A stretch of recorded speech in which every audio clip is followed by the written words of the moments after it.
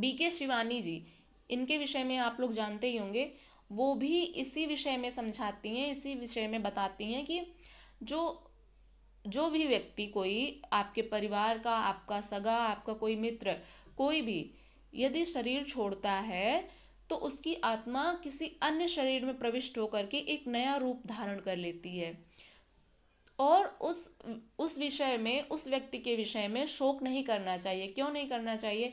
वही व्यक्ति शोक नहीं करेगा जो यह जानता होगा कि इसके बाद क्या हुआ होगा। जैसे हम लोग पढ़ रहे हैं यहाँ पे, श्री कृष्ण जो बताए हैं कि ये तो आत्मा अन्य शरीर में प्रविष्ट हो जाती है, तो जो कोई व्यक्ति इस बात को जानेगा वही शोक नहीं करेगा और संयम रहेगा। उसकी जो आत्मा है, मतलब उसकी तो आत्मा रहेगी ही ना। मान लीजिए कि जैसे हम हैं, हमारे सामने हमारे परिवार में कोई व्यक्ति, नमः संस्कृताय प्रिय मित्राणि सुप्रभातम।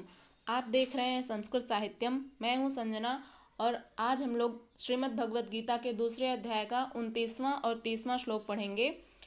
इसके पूर्व हम लोग 28 श्लोकों तक अध्ययन कर लिए थे, जिसमें हमने जाना कि श्री भगवान अर्जुन से कहते हैं कि हे अर्जुन, संपूर्ण प्राणी जन्म से पहले अप्रकट थे और मरने के बाद भी अप्रकट हो जाने वाले हैं, केवल बीच में ही प्रकट हैं। फिर ऐसी स्थिति में क्या शोक करना है। आगे 29वां श्लोक है, जिसमें श्री भगवान अर्जुन से क्या कहते हैं उसे आज पढ़ेंगे। आश्चर्यवत् पश्यति कश्चिदेनम् आश्चर्य वदति तथैव चान्यः आश्चर्यवच्चैनमन्यः शृणोति श्रुत्वाप्येनं वेद न चैव कश्चित्। आश्चर्यवत् पश्यति कश्चिदेनम् आश्चर्य वदति तथैव चान्यः आश्चर्यवच्चैनमन्यः शृणोति श्रुत्वाप्येनं वेद न चैव कश्चित्। श्री भगवान अर्जुन से कहते हैं, आश्चर्यवत् पश्यति। आश्चर्यवत् अर्थात आश्चर्य से युक्त होकर, पश्यति अर्थात देखता है, कश्चित अर्थात कोई, एनम आश्चर्यवत् वदति तथैव चान्यः, च अन्यः अर्थात कोई या आत्मतत्ववेत्ता। कोई आत्मतत्ववेत्ता जो आत्मतत्व का ज्ञानी है, वह आश्चर्यवत् वदति, आश्चर्य से युक्त होकर के, वदति अर्थात बोलता है, आश्चर्यवच्चैनमन्यः शृणोति, और कोई अन्य या कोई अन्य पुरुष आश्चर्य से युक्त होकर शृणोति अर्थात सुनता है, श्रुत्वाप्येनं वेद न चैव कश्चित्, और कोई व्यक्ति श्रुत्वा अपि एनम, एनम अर्थात इस आत्मा को, श्रुत्वा अपि सुनकर भी, वेद न चैव कश्चित्, वेद अर्थात जानना, न वेद अर्थात नहीं जान पाता है, च इव कश्चित् कोई भी, अर्थात श्री भगवान के कहने का तात्पर्य है कि कोई एक महापुरुष ही इस आत्मा को आश्चर्य की भांति देखता है। जैसे आत्मा का विषय तो हमारे लिए आश्चर्य ही है ना, तो वही श्री कृष्ण कह रहे हैं, आत्मा तो कोई देखा नहीं है आत्मा को, क्योंकि आत्मा अजन्मा है, अदृश्य है, उसको देखा नहीं जा सकता, वो तो हमारे शरीर में है आत्मा। तो उसी को कहते हैं श्री कृष्ण कि कोई व्यक्ति, च अन्यः कश्चित, कोई अन्य आत्मतत्ववेत्ता जो आत्मतत्व का ज्ञानी है, वह इस आत्मा को आश्चर्य की भांति देखता है, पश्यति अर्थात देखता है, च अन्य और कोई, आश्चर्यवत् वदति तथैव, और कोई आश्चर्य से युक्त होकर, वदति अर्थात बोलता है, आत्मा के विषय में बताता है, वो भी आश्चर्य से युक्त होकर के, अर्थात किसी को पूरी तरह से जानकारी नहीं है, इसीलिए यह विषय आश्चर्य से युक्त है। आत्मा जो है उसके विषय में आश्चर्य से युक्त होकर लोग बोलते हैं, सुनते हैं, और आश्चर्यवच्चैनमन्यः शृणोति, आश्चर्य से ही युक्त होकर के कोई व्यक्ति सुनता है, और श्रुत्वा अपि एनं वेद न चैव कश्चित्, और सुनने के बाद भी न वेद नहीं जान पाता है, च इव कश्चित कोई भी इसे। कहने का भाव यह है कि कोई एक महापुरुष, कोई भी, च अन्य कश्चित कोई भी आत्मतत्ववेत्ता इस आत्मा को आश्चर्य की भांति देखता है, वैसे ही दूसरा कोई महापुरुष, च अन्य कोई अन्य पुरुष, इसके तत्व को आश्चर्य की भांति वर्णन करता है। वदति अर्थात बोलता है या वर्णन करता है। आश्चर्यवत चैनमन्यः शृणोति, और अन्य कोई व्यक्ति आश्चर्य से ही युक्त होकर सुनता है। और श्रुत्वा अपि सुनने के बाद भी एनम वेद न चैव कश्चित इसको जान नहीं पाता। अर्थात कि आत्मा का जो विषय है वो आश्चर्य से युक्त है, तो इसके विषय में यदि कोई महापुरुष बताता भी है तो वो आश्चर्य से ही युक्त होकर के बताता है, और कोई यदि इसे सुनता है तो वो आश्चर्य से युक्त होकर के सुनता है, और यदि कोई इसके विषय में वर्णन करता है तो भी वह आश्चर्य से युक्त होकर के वर्णन करता है। और सुनने के बाद भी जो श्रोतागण हैं वो सुनने के बाद भी नहीं जान पाते हैं कि आत्मा एक्चुअल में है क्या। आत्मा का विषय इतना सब कुछ वर्णन करने के बाद भी नहीं जान पाते हैं। जैसे अभी हम श्लोक पढ़ा रहे हैं तो श्लोक का अर्थ आप लोगों को समझ में आ जाता होगा, पहले नहीं आता होगा, कुछ लोगों को आता होगा लेकिन कुछ लोगों को समझ में नहीं आता है। कुछ लोग मैसेज करते हैं कि हमें संस्कृत समझ में नहीं आती है, उसका उच्चारण नहीं ढंग से कर पाते हैं। तो जब हम उच्चारण करते हैं तो यदि आप साथ साथ में उच्चारण करेंगे तो अवश्य ही उच्चारण शुद्ध हो जाएगा। इसलिए जब हम उच्चारण करें तो साथ में आप भी उच्चारण किया करिए। तो कहने का भाव यह है कि यदि कोई विषय, कोई भी वस्तु जिसके विषय में हम नहीं जानते हैं, जो दृश्य है जिसको हम देख सकते हैं, सुन सकते हैं, पढ़ सकते हैं, तो उसको यदि पढ़ा जाए, जैसे कोई कठिन विषय है तो उसको पढ़ करके सरल बनाया जा सकता है। लेकिन आत्मा एक ऐसा विषय है जो आश्चर्य से युक्त है, उसको यदि कोई व्यक्ति पढ़ता है तो भी वो आश्चर्य से युक्त होकर के पढ़ता है। कोई उसके विषय में यदि वर्णन करता है तो वह भी आश्चर्य से युक्त होकर के वर्णन करता है। कोई यदि उसको सुनता है, जो श्रोता है वह भी आश्चर्य से युक्त होकर के सुनता है कि यह क्या है। आत्मा के विषय में जिज्ञासा होती है जानने की कि ये एक्चुअल में है क्या, क्योंकि कोई उसे देखा तो है नहीं।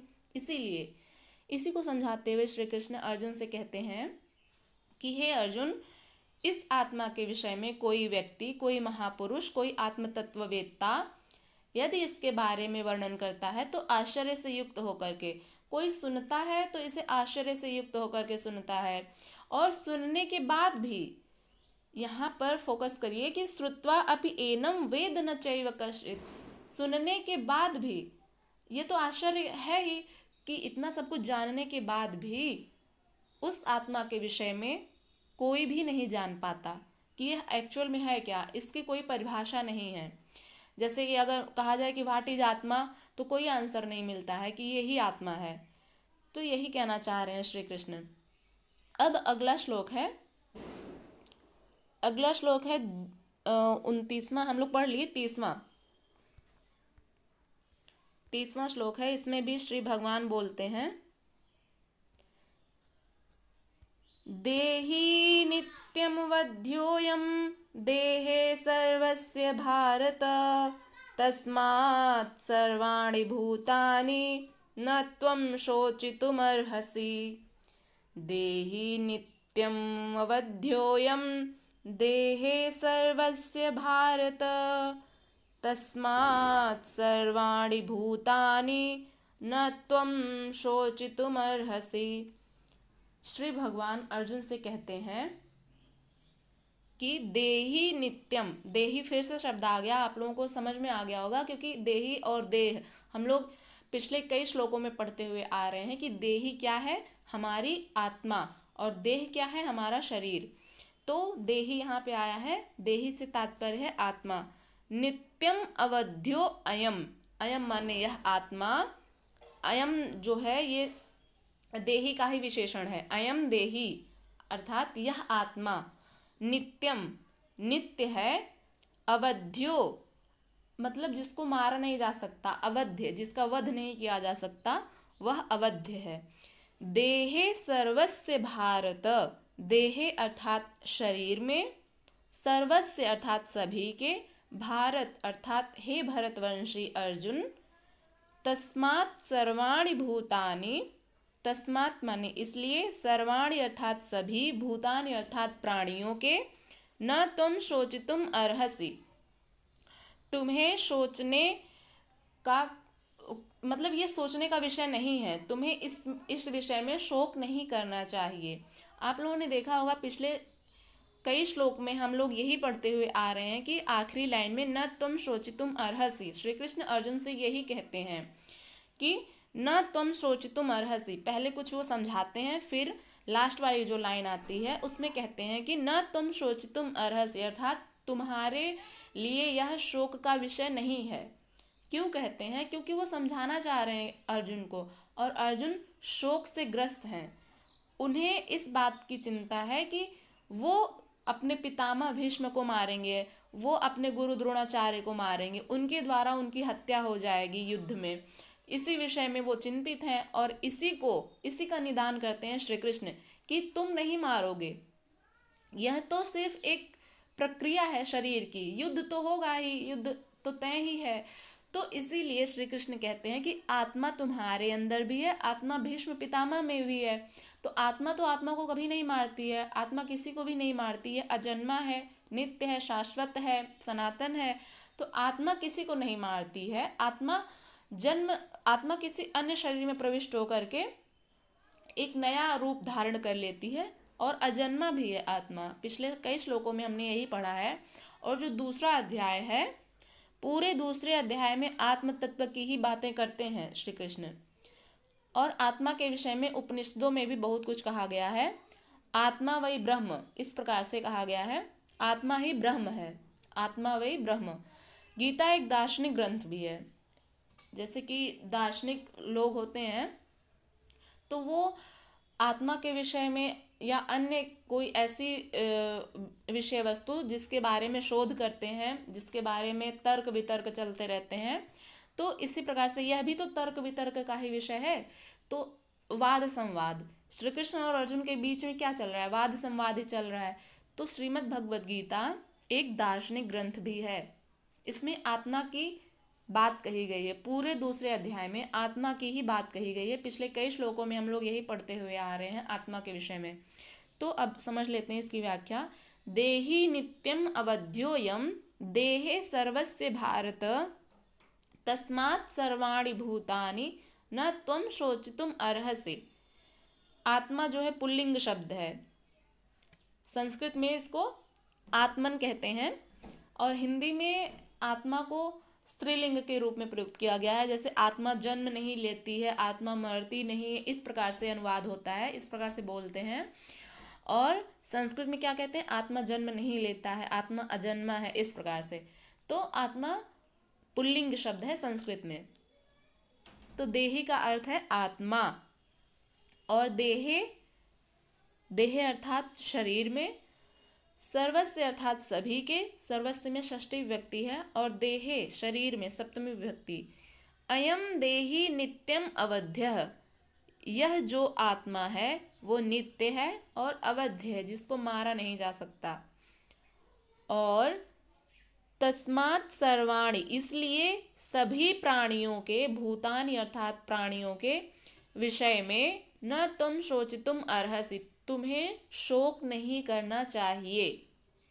हे अर्जुन, यह आत्मा सबके शरीरों में सदा ही अवध्य है। आत्मा सभी के शरीर में है, हमारे शरीर में भी है, आपके शरीर में भी है, और समस्त प्राणियों के शरीर में आत्मा नित्य है, अवध्य है। इसको नहीं मार सकते आप। शरीर को ही नुकसान हो सकता है, आत्मा को नहीं। इसी को समझा रहे हैं श्री कृष्ण। हे अर्जुन, यह आत्मा सबके शरीरों में सदा ही अवध्य है, इस कारण संपूर्ण प्राणियों के लिए तो शोक करने की योग्य नहीं है। अब ऐसा तो है नहीं कि हम सभी के लिए शोक करने बैठ जाएं, ये शोक का विषय नहीं है। अब देखा जाए तो कहीं ना कहीं गीता हमें यह भी समझा रही है कि यदि कोई व्यक्ति शरीर छोड़ता है तो उसके विषय में अत्यधिक शोक नहीं करना चाहिए, क्योंकि शोक वही व्यक्ति नहीं करेगा जिसको यह ज्ञान रहेगा। जैसे कि अब कहीं ना कहीं मुझे भी ऐसा लगता है, मैं अपना अनुभव बताऊं तो मुझे भी कहीं ना कहीं ऐसा लगता है कि अब मतलब ये जो नित्य है ना, आत्मा तो नित्य है, सनातन है, शाश्वत है। तो यदि कोई व्यक्ति शरीर छोड़ता है तो ऐसा लगता है, मुझे अनुभव होता है कि ये तो कहीं और जन्म ले लिए होंगे, इनकी जो आत्मा थी कोई अन्य शरीर में प्रविष्ट हो गई होगी, जन्म ले लिए होंगे। और बीके शिवानी जी, इनके विषय में आप लोग जानते ही होंगे, वो भी इसी विषय में समझाती हैं, इसी विषय में बताती हैं कि जो जो भी व्यक्ति कोई आपके परिवार का, आपका सगा, आपका कोई मित्र, कोई भी यदि शरीर छोड़ता है तो उसकी आत्मा किसी अन्य शरीर में प्रविष्ट होकर के एक नया रूप धारण कर लेती है। और उस विषय में, उस व्यक्ति के विषय में शोक नहीं करना चाहिए। क्यों नहीं करना चाहिए? वही व्यक्ति शोक नहीं करेगा जो यह जानता होगा कि इसके बाद क्या हुआ होगा।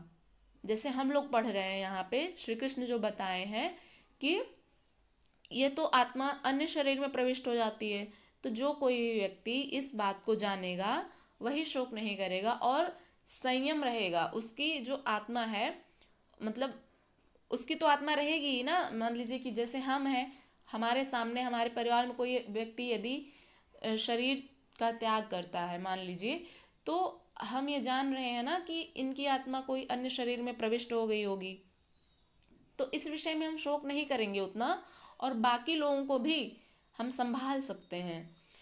तो यही समझाना चाह रहे हैं श्री कृष्ण कि सभी के लिए तुम शोक करने के योग्य नहीं हो, क्योंकि सभी के अंदर, सभी प्राणियों में आत्मा है, और ये नित्य है, ये शाश्वत सत्य नियम है, ये प्राकृतिक घटनाएं हैं। आपने जन्म लिया है तो आपकी मृत्यु निश्चित है, ये तो टाल नहीं सकते आप, ना हम टाल सकते हैं, कोई भी नहीं टाल सकता। तो जिसने जन्म लिया है उसकी मृत्यु निश्चित है, ऐसा कह रहे हैं श्री कृष्ण।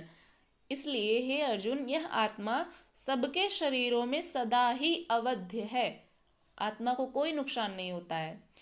इस कारण संपूर्ण प्राणियों के लिए तो शोक करने के योग्य नहीं है। इस पे जोर दे रहे हैं श्री कृष्ण। न तुम शोचितुम अर्हसि। पिछले कई श्लोकों में हम लोग यही एक लाइन पढ़ते हुए आ रहे हैं, बहुत इंपॉर्टेंट है। न तुम शोचितुम अर्हसि, तुम्हें शोक करने के योग्य नहीं है ये विषय, इसलिए तुम अपना गांडीव उठाओ और युद्ध करो। लाइव सेशन में एक लोगों ने मुझसे प्रश्न किया था कि श्री कृष्ण की कास्ट क्या है। अब जैसे मान लीजिए कि हम लोग मतलब जो तुच्छ बुद्धि वाले लोग हैं, हाँ, कितना भी ज्ञान कोई अर्जित कर ले, लेकिन ज्ञान का कोई अंत नहीं है, ज्ञान की कोई सीमा नहीं है कि आपने पढ़ लिया इतना तो बस इतनी ही ज्ञान की सीमा है, अब आप कुछ और नहीं सीख सकते, जीवन पर्यंत सीखना है हमें। तो लाइव सेशन में एक लोगों ने मुझसे प्रश्न किया कि श्री कृष्ण की कास्ट क्या है। तो मैंने उनको उत्तर दिया कि भगवान जो है उनका कोई भी कास्ट नहीं है, कोई भी उनका रिलीजन नहीं है, कोई उनका धर्म नहीं, उनको वो सीमा से परे हैं, उनको सीमित नहीं किया जा सकता। सीमित तो हम सब है ना। जैसे मान लीजिए कि सीमित उसी को किया जा सकता है जो व्यक्ति जन्म लिया है, जिसकी कोई सीमा है। प्रभु जो है हमारे, जो ब्रह्म है, वो तो इन सब से जो है परे है ना, सीमाओं से परे हैं वो, तो उनको नहीं बांध सकते आप कास्टिज्म के नाम पे, रिलीजन के नाम पे। ये सब बेकार की चीज़ें हैं मुझे लगता है, और कहीं ना कहीं ये सब हमारे समाज में बहुत अधिक फैल भी गया है कि ये कास्ट है। हाँ, आप कर्म के आधार पर बांट सकते हैं, कर्म के आधार पर बांटा गया है, आपका जैसा कर्म है उसी हिसाब से आपको वर्णों में विभाजित किया गया है। जैसे कि ब्राह्मण, क्षत्रिय, वैश्य, शूद्र, इस प्रकार के 4 वर्ण हैं हमारे यहाँ, तो कर्म के आधार पर। और जहाँ तक ये सही भी है, आपके जो कर्म हैं उसी के आधार पर आपका विभाजन होना चाहिए। आपके कर्म यदि ब्राह्मण की तरह है तो आप ब्राह्मण कहलाएंगे अवश्य। यदि आप ब्रह्म का चिंतन करते हैं तो आप अवश्य ही ब्राह्मण हैं। भले ही आपने यादव खानदान में, यादव कुल में जन्म लिया है, भले ही आपने वैश्य कुल में जन्म लिया है, लेकिन यदि आपके कर्म ब्राह्मण की भांति हैं, ब्राह्मण का क्या कर्म है? नित्य ब्रह्म का चिंतन करना। तो वही बात मैंने उनको समझाया लाइव सेशन में कि यदि आपका जन्म भले ही किसी भी वर्ण में हुआ हो, लेकिन यदि आपके कर्म ब्राह्मण की तरह हैं, यदि आपके कर्म क्षत्रिय की तरह हैं, यदि आपके कर्म वैश्य की तरह हैं, यदि आपके कर्म शूद्र की तरह हैं, तो आप उसी वर्ण में चले जाएंगे। ये विभाजन सही लगता है कहीं ना कहीं। लेकिन आप ये कहें कि जन्म के आधार पर कास्टिज्म के नाम पर बांटा जाए भगवान को, तो ये गलत बात है। वो इन सब से परे हैं, उन्हें इन सब झमेलों में ना ही रखा जाए तो अच्छा है। तो भगवान जो हैं वो तो कभी नहीं कहे कि तुम ये कास्टिज्म अपनाओ। उन्होंने तो हमें जन्म दिया है, हमारा निर्माण किया है, बाकी ये तो हमारी तुच्छ बुद्धि का ही जो है किया कराया है सब कुछ, जो भी ये सब कास्टिज्म वगैरह है। तो ये सब बेकार की बातें मुझे लगती हैं। तो यही समझाना चाह रहे हैं श्री कृष्ण अर्जुन को कि हे अर्जुन, यह आत्मा सबके शरीरों में सदा ही अवध्य है, इस कारण संपूर्ण प्राणियों के लिए तो शोक करने के योग्य नहीं है। अर्जुन के मन में जो शोक है ना कि मैं भीष्म पितामह को मारूंगा, मेरे द्वारा गुरु द्रोणाचार्य मर जाएंगे, तो ऐसा नहीं है। श्री कृष्ण कहते हैं, इसी का निवारण कर रहे हैं उनके शोक का, कि हे अर्जुन, तुम अपना सिर्फ कर्म करो। कर्मण्येवाधिकारस्ते माँ फलेषु कदाचन माँ कर्म फल हेतुर्भूर्मा ते संगोत्स्व कर्मणि। यह गीता के दूसरे अध्याय का 47वां श्लोक है और ये बहुत ही इंपॉर्टेंट है। लाइव सेशन में भी 2-3 लोगों ने मुझसे इस बारे में कहा था, तो हम लोग आगे आएंगे उस श्लोक पे भी। अभी तो 30वां श्लोक है ना, 47वें श्लोक में इसके विषय में विस्तृत चर्चा करेंगे हम। और ये मेरा भी बहुत फेमस, मुझे भी मेरा पसंदीदा श्लोक है, तो इस विषय में हम विस्तृत चर्चा करेंगे। तब तक के लिए आप यहीं तक हम रखते हैं वीडियो, और कल मिलेंगे हम एक नए वीडियो के साथ। 31वां श्लोक हम लोग पढ़ेंगे। तब तक के लिए नमः संस्कृताय। स्वस्थ रहें, मस्त रहें।